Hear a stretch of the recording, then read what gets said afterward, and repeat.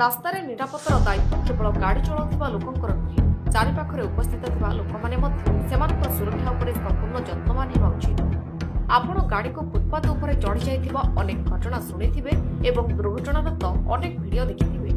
ରାସ୍ତାରେ ଘଟୁଥିବା ଦୁର୍ଘଟଣା ପାଇଁ ଗୋଟିଏ ବା ଅନ୍ୟ ପକ୍ଷ ନିଶ୍ଚିତ ଭାବେ ଦାୟୀ, କିନ୍ତୁ ଏହି ଦୁର୍ଘଟଣା ଉଭୟଙ୍କ ଦୋଷ ଯୋଗୁଁ ଘଟିଛି, ଯାହାର ଭିଡିଓ ଏବେ ଭାଇରାଲ ହେବାରେ ଲାଗିଛି। ଭାଇରାଲ ହେଉଥିବା ଭିଡିଓରେ ଆପଣ ଦେଖିପାରିବେ ଯେ ଦୁଇ ଜଣ ଲୋକ ନିଜ ଦୋକାନ ବାହାରେ ଶୋଇଛନ୍ତି। ତାପରେ ହଠାତ୍ ଏକ କାର ଦ୍ରୁତ ଗତିରେ ଆସି ମହିଳାଙ୍କ ବେକ ଉପରେ ଚଢ଼ିଯାଏ। ଅନ୍ୟ ଜଣକ ଅଳ୍ପକେ ବଞ୍ଚିଯାଏ। କାର ମହିଳାଙ୍କ ଉପରେ ଚଢ଼ିଯିବା ପରେ ମହିଳା ଭୟଭୀତ ହୋଇ ଚିତ୍କାର କରିବାକୁ ଲାଗିଲେ।